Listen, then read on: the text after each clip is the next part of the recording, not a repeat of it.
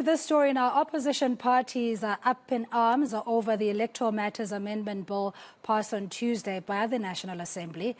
The bill was meant to amend the Act to accommodate independent candidates for this year's elections, but some parties say it went further by altering political party funding. They argue the changes favour big parties such as the African National Congress. To discuss this further, I'm joined by senior researcher at My Vote Counts, Joel Bregman. Good afternoon to you, Joel, and thank you so much for joining us. How does this disadvantage other players in this political dilemma? Hi, thanks for having me. So what it does is that under the Electoral Matters Amendment Bill, which you are correct, there was a legitimate need to change some parts of the bill, to change some parts of the Political Party Funding Act as a result of our Electoral Act being declared unconstitutional.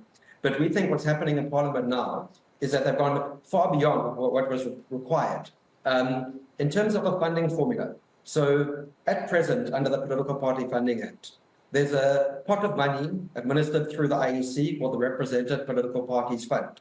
Every year, hundreds of millions of rand are distributed to parties represented in the national and provincial legislatures through this fund.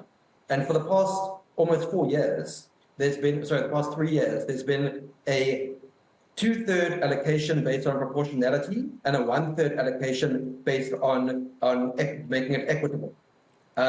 This was a new formula which had to be devised in 2021 when the Political Party Funding Act came into being and replaced the old formula, which was 90% proportional, 10% equitable. And the reason it was changed was to create a more level playing field for smaller emerging political parties and not to give greater advantage to the larger established political parties. So we're going backwards is what's happening now if the bill is passed. All right, so if